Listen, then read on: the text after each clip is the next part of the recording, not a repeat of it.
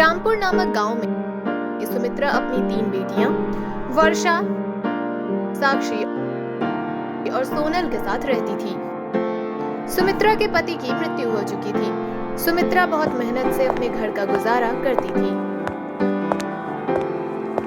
एक दिन सुमित्रा सोचती है, अगर ऐसे ही चलता रहा तो मैं अपनी बेटियों की शादी कैसे करूंगी? मैं तो मुश्किल से ही 2 वक्त का खाना ला पाती हूँ। ऐसे ही कुछ दिन बीत जाते हैं। एक दिन सुमित्रा बहुत बीमार पड़ जाती है। सुमित्रा इतनी बीमार पड़ जाती है कि वो काम करने भी नहीं जा पाती, जिस वजह से उसके घर में अनाज का एक भी दाना नहीं होता है। यहाँ तक कि सुमित्रा के इलाज के लिए भी पैसे नहीं बचते हैं।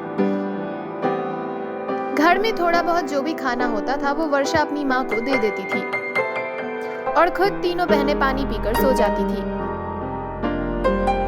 अगले दिन वर्षा सुबह उठती है और सोचती है, माँ तो बहुत बीमार है, पता नहीं उन्हें ठीक होने में कितना समय लगेगा। अब तो लगता है मुझे ही कुछ करना होगा। वर्षा काम की तलाश में निकलने ही वाली होती है कि तभी उसकी दोनों बहनें आती हैं और कहती हैं, दीदी मैं भी आपके साथ काम करने चलती हूँ। हम दोनों मिलकर काम करेंगे तो ज़्यादा पैसे आएंगे। वैसे भी आपने हम दोनों के लिए बहुत कुछ किया है। हम दोनों पढ़ पाएं इसलिए आपने अपनी पढ़ाई छोड़ दी। क्या बड़ी बहन होने का फ़र्ज़ सिर्फ आप ही निभाएंगी? हाँ वर्षा दीदी, हम दोनों सारी बात जानते हैं। जब भी घर में खाना कम होता है आप हमें अपने हिस्से का खाना दे देती हो। दीदी मैं भी आपके साथ चलूँगी। मैं भी तो अब बड़ी हो गई हूँ ना। तुम लोगों को मेरे साथ कहीं जाने की ज़रूरत नहीं है। अभी मैं हूँ और मैं कुछ न कुछ ज़रूर कर लूँगी। सोनल और साक्षी वर्षा की बात नहीं मानती और वो दोनों वर्षा के साथ काम पर जाने की जिद करने लगती है। आखिरकार वर्षा को भी साक्षी और सोनल की बात माननी पड़ती है। तभी तीनों बहनें काम की तलाश में इधर उधर घूमने लगती हैं, लेकिन उन्हें कोई काम नहीं मिलता। घूमते घूमते तीनों बहनों को बहुत जोरों की भूख लग जाती है। सोनल कहती है, वर्षा दीदी कितना टाइम हो गया हमें काम ढूंढते ढूंढते, लेकिन अभी तक एक भी काम नहीं मिला है। अगर काम नहीं मिला तो हम मम्मी को क्या खिलाएंगे और उनकी दवा का क्या होगा? तो चिंता मत कर, कोई ना कोई काम ज़रूर मिल जाएगा। अभी शाम नहीं हुई है। थोड़ी देर बाद शाम हो जाती है, लेकिन तीनों बहनों को अभी तक कोई भी काम नहीं मिला होता है, जिस वजह से तीनों बहनें एक दूसरे को गले लगाकर रोने लगती हैं। तभी वर्षा हिम्मत करके बोलती है, चलो अब तुम दोनों चुप हो जाओ। एक काम करते हैं, जंगल के रास्ते से चलते हैं। जंगल के पेड़ों पर फल होंगे तो वो हमारे खाने के काम आ जाएंगे। उसके बाद तीनों बहनें जंगल की तरफ चल पड़ती हैं। थोड़ी देर में अंधेरा हो जाता है और अब तीनों बहनों को बहुत डर लगने लगता है कि तभी अचानक वहां एक भूतनी आ जाती है। भूतनी को देखकर तीनों बहनों की डर की वजह से हालत खराब हो जाती है। भूतनी कहती है, अरे वाह, आज तो 3 लोगों का शिकार करने को मिलेगा मुझे। अब तो मुझे बहुत मजा आएगा। भूतनी की बात सुनकर वर्षा कहती है, भूतनी जी आप मुझे खा लीजिए, पर मेरी दोनों बहनों को छोड़ दीजिए, दोनों बहुत छोटी हैं। नहीं भूतनी जी, आप मुझे मार डालिए, लेकिन मेरी बड़ी बहन और छोटी बहन को छोड़ दीजिए। नहीं नहीं भूतनी, तुम मुझे खा लो, लेकिन मेरी दोनों बड़ी बहनों को छोड़ दो। डरो मत वर्षा, साक्षी और सोनल, मैं तुम तीनों में से किसी को नहीं मारूंगी। आपको हम तीनों का नाम कैसे पता चला? मुझे ऐसे इंसानों की तलाश थी जो अपनी परवाह किए बिना दूसरों के बारे में सोचे। ऐसे इंसानों की मदद से ही मुझे मुक्ति मिलेगी। मुझे तो ये भी पता है कि तुम तीनों यहाँ क्यों भटक रही हो। वो भूतनी अपनी जादू से तीनों के सामने एक चूल्हा ले आती है और फिर बारी बारी से 2 और चूल्हे ले आती है। ये तीनों जादुई चूल्हे हैं। वर्षा, तुम चूल्हे पर जो भी खाना बनाओगी वो खाना कभी कम नहीं पड़ेगा। साक्षी, तुम अपने चूल्हे पर जो भी खाना बनाओगी वो बहुत मीठा और स्वादिष्ट बनेगा। और सोनल, तुम अपने चूल्हे पर जो भी बनाओगी वो चाइनीज डिश में बदल जाएगा।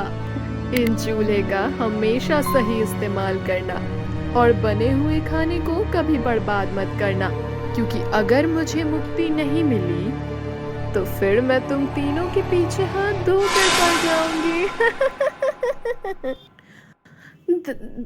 धन्यवाद भूतनी जी।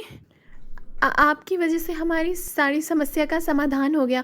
आप चिंता ना करें, हम खाने को बर्बाद नहीं करेंगे और आपको ज़रूर मुक्ति मिल जाएगी। हाँ हाँ, आपको ज़रूर मुक्ति मिल जाएगी। उसके बाद वो भूतनी वहाँ से गायब हो जाती है। अब तीनों बहनें अपने घर वापस जाती हैं और अपनी माँ को सारी बातें बताती है। उन लोगों की जिंदगी बहुत आराम से कट रही होती है। सुमित्रा को भी बाहर अब काम करने नहीं जाना पड़ता है। अब साक्षी और सोनल जादुई चूल्हे पर बहुत सारा खाना बना देती है और उसे बर्बाद करने लगती है। एक दिन वर्षा गुस्से से सोनल और साक्षी को कहती है, सोनल और साक्षी, अब तुम दोनों चूल्हे का बहुत गलत इस्तेमाल कर रही हो। तुम दोनों को अपनी जरूरत के हिसाब से ही खाना बनाना चाहिए। साक्षी और सोनल पर वर्षा की बात का कोई भी असर नहीं पड़ता है। वर्षा के कहने के बाद भी दोनों इसी तरह खाना बर्बाद करती रहती है। साक्षी अलग अलग तरह के मीठे पकवान बना लेती है और जो मन करता है खा लेती है, बाकी का खाना फेंक देती है। वहीं दूसरी तरफ सोनल भी ऐसा ही करती है। वर्षा दोनों को बहुत समझाती है, लेकिन दोनों की आदत बिल्कुल नहीं बदलती। एक दिन साक्षी वर्षा से कहती है, वर्षा दीदी, आपने कहीं मेरा चूल्हा देखा है क्या? मिल ही नहीं रहा मुझे। हाँ दीदी, मेरा भी चूल्हा नहीं मिल रहा है। अरे ये क्या, तुम दोनों का चूल्हा भी नहीं मिल रहा है? मेरा चूल्हा भी सुबह से कहीं गायब है।